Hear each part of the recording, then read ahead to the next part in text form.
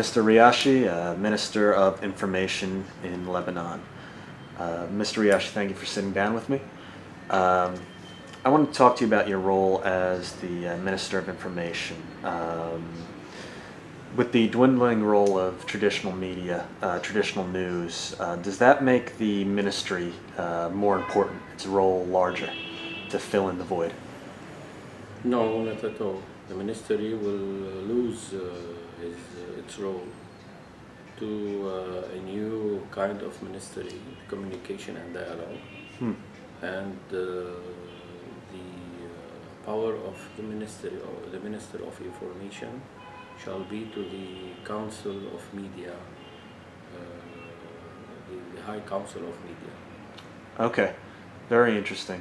So the government's kind of adjusting to the new form of news in a way. We are going to product many laws concerning this affair, to this metamorphosis, to transfer or to transform the ministry into dialogue and communication.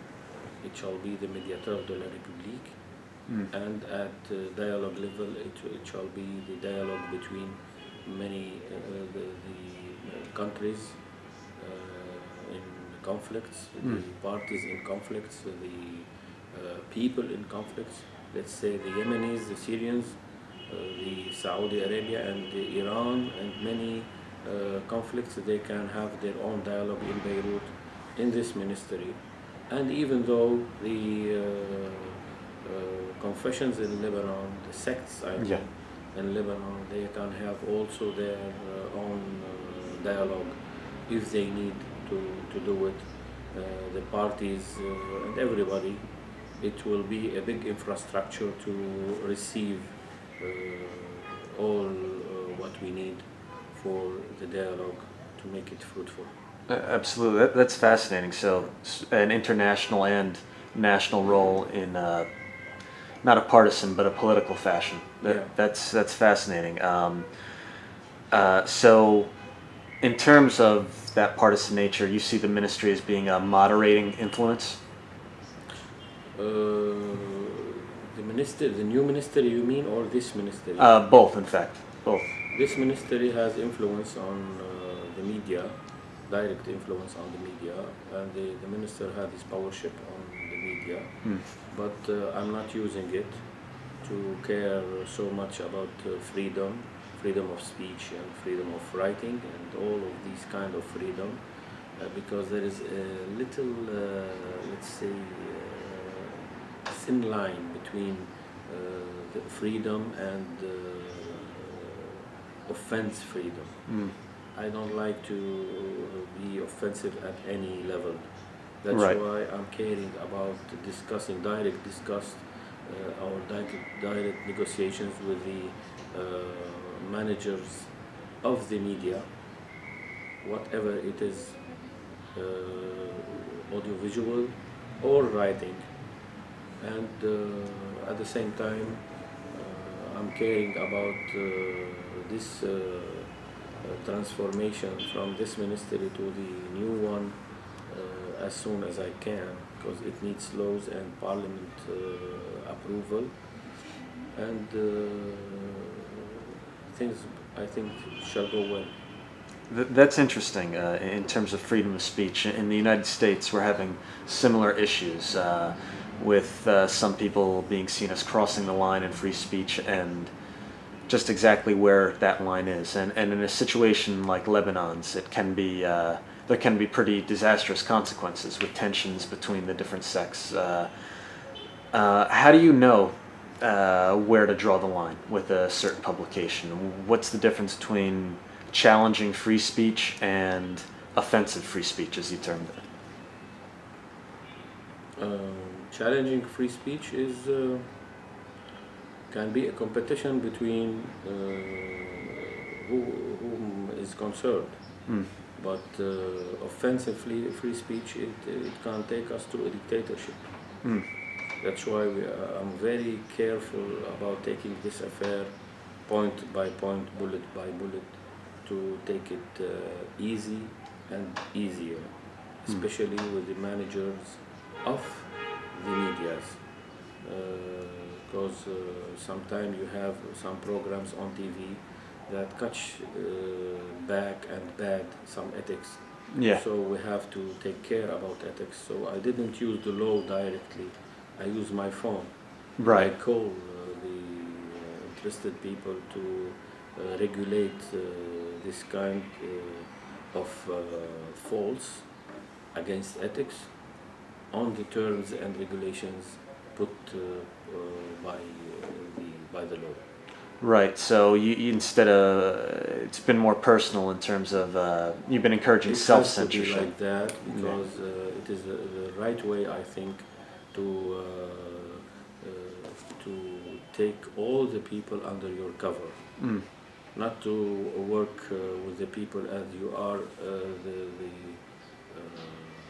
power and they are your slave. Mm. I don't like this way.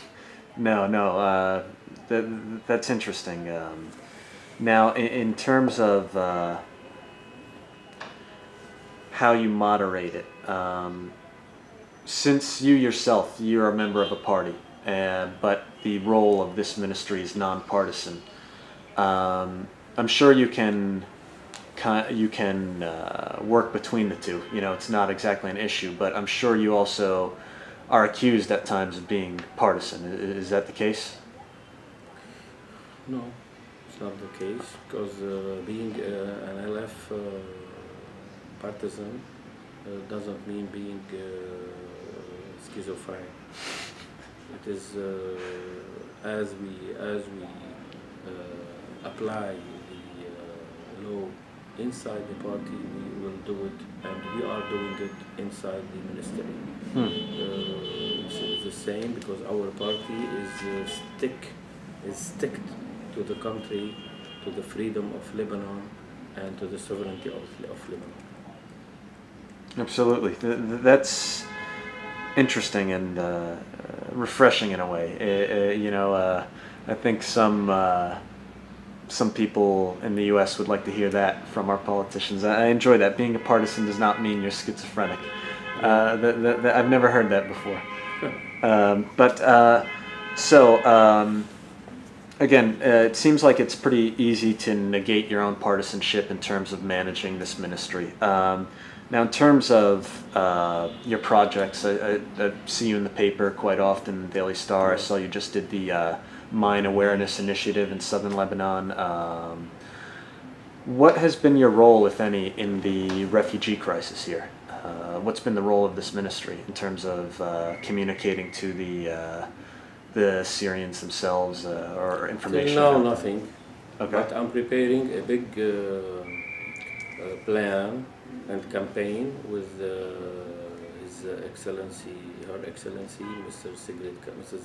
Sigrid Kaag, and the Ambassador of UK, and maybe the Ambassador of the United States. I will meet her after Easter. A campaign to eliminate, to exclude violence between Lebanese hosts and Syrian refugees.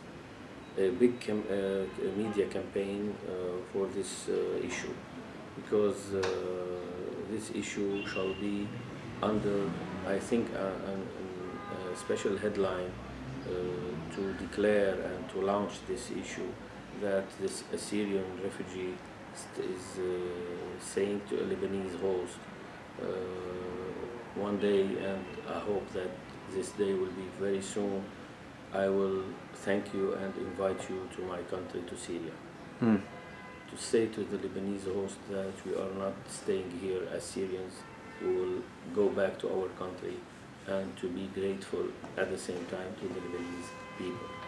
So this kind of media, this is a headline, okay? Yeah. This is a big campaign, will take 6 months, I think, on many levels, audio and video, and writing some feature stories about the refugees and about their own stories.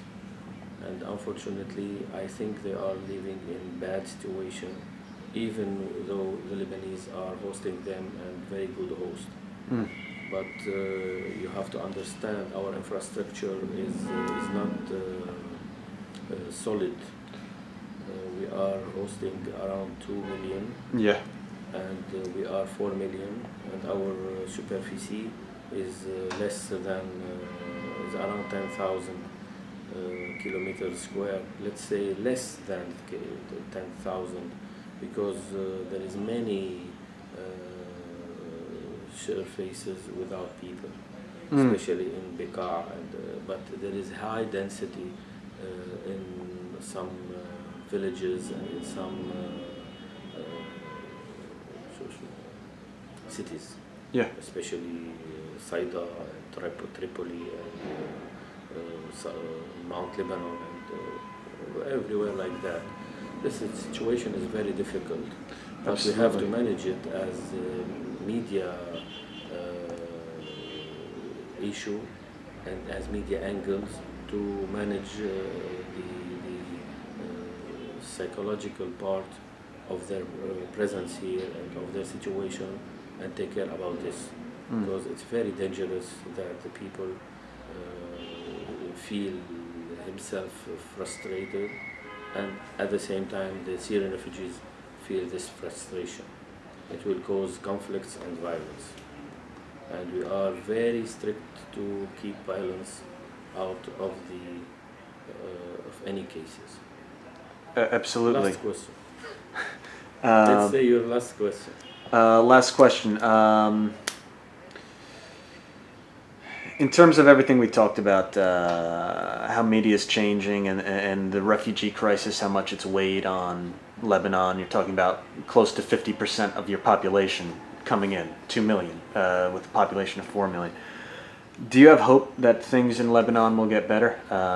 Do you think Lebanon is a country that other countries in the Middle East can look at and take good elements from? Yes, sure. Yeah? Lebanon is a good echantillon, good sample. And Ta'if agreement is a good sample for many countries in this region. They have to agree between themselves something like Ta'if agreement, and they will be okay, I think. Absolutely. Great. Mr. Minister, thank you for having me. Thank you. You're welcome.